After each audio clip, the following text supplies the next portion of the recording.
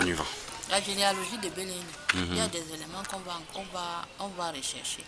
Parce qu'il y a encore beaucoup d'éléments qui manquent. Et qu'il faut ajouter. Les éléments qui manquent surtout, c'est d'où vient sa mère. D'où vient sa mère. Sa mère qui s'appelle Chongol Tianga. Bon, il faut que nous sachions d'où venait aussi sa maman.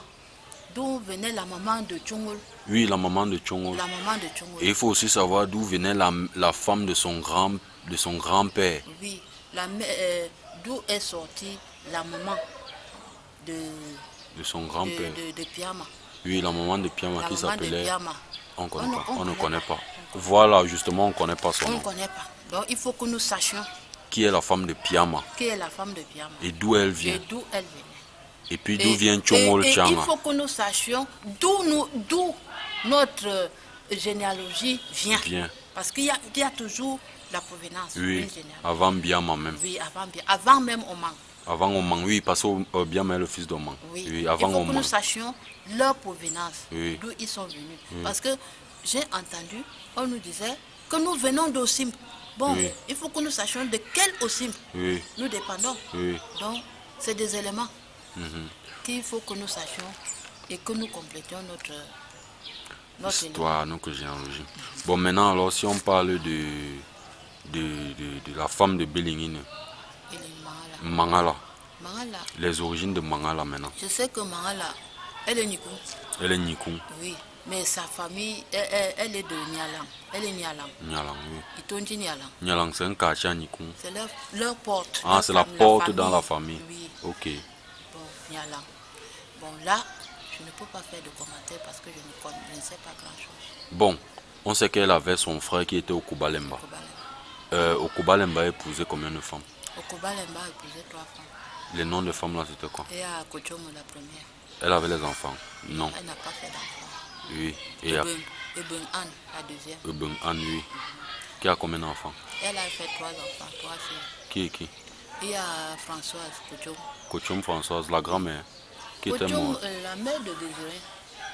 Celle qui était morte? Non. Non, celle qui venait de mourir là. Elle donc, la femme à son père, qui s'est surnommée sur elle. Ah ok, d'accord, bon. Donc ça c'est la deuxième fille, Kochom Françoise. Kochom, bon, c'est elle qui est l'aînée. Oui. La première fille au grand-père là. Oui. Oh, la première fille de Kobalem. Oui, d'accord. Oui, la fille de sa deuxième femme. Donc on dit que sa deuxième femme a 3 enfants. 3 enfants, les noms. 3 filles. Oui. Il y a Kochom Françoise. Oui. Koubé. Oui. Thérèse. Oui. Et Keman. Marie. Maintenant la troisième femme. Elle s'appelait comment? Pouaille. Elle était Omen. Oui. L'autre, la deuxième femme était Nyambaye. Oui. Et la première femme aussi était Omen. Oui. Donc la troisième femme, Pouaille. C'est elle qui a fait beaucoup d'enfants. Beaucoup d'enfants. Parce qu'elle a aussi enterré beaucoup. Ceux qui sont vivants, il y a Ebon. Oui. Ebon, c'est elle qui est l'aînée. Oui. Il y a Niman. Oui. Après Niman, il y a Polum. Oui. Après Polum, je compte ceux qui sont vivants. Hein. Oui. Après Polum, il y a Piongol. Oui. Après Piongol, il y a Komen. Oui. C'est une fille. Oui. Komen. Après Komen, il y a Ondjop. Oui. Après Ondjop, il y a Ombang. Ombang. Ceux qui sont vivants. Ça fait combien?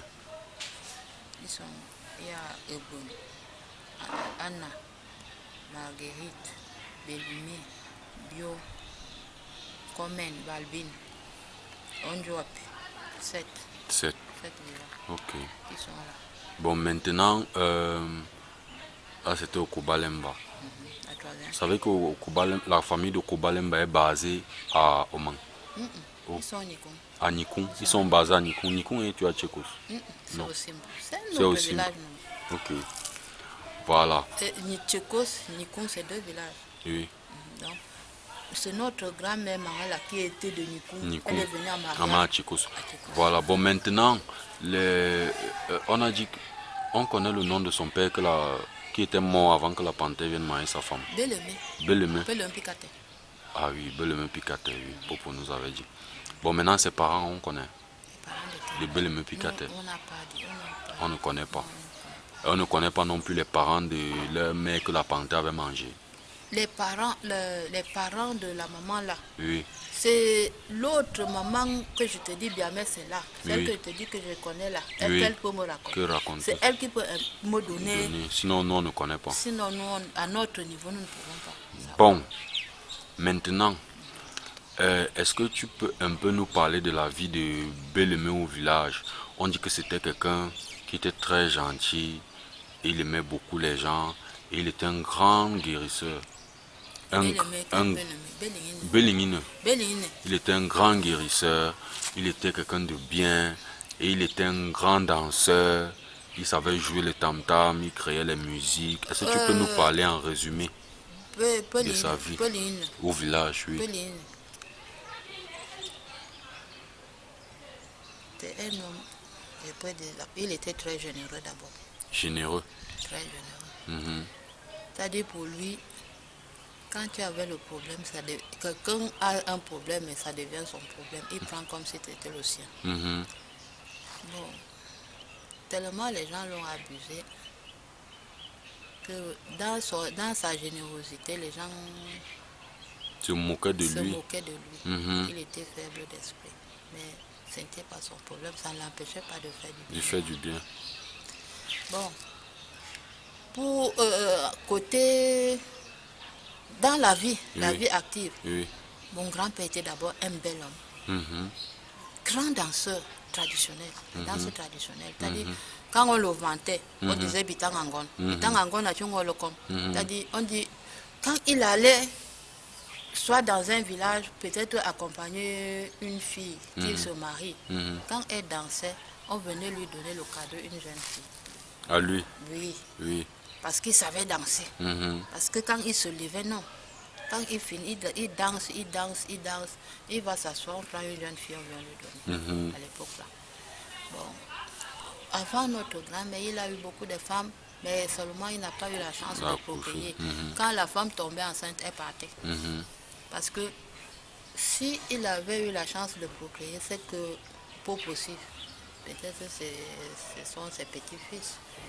Puisqu'il épouse une femme qu'on accouche, qu'on conçoit sous ses yeux, on accouche sous ses yeux, elle grandit sous ses yeux. C'était même son enfant. Son enfant, oui. Voilà. Bon. Et on disait qu'il était un grand guérisseur traditionnel. Oui.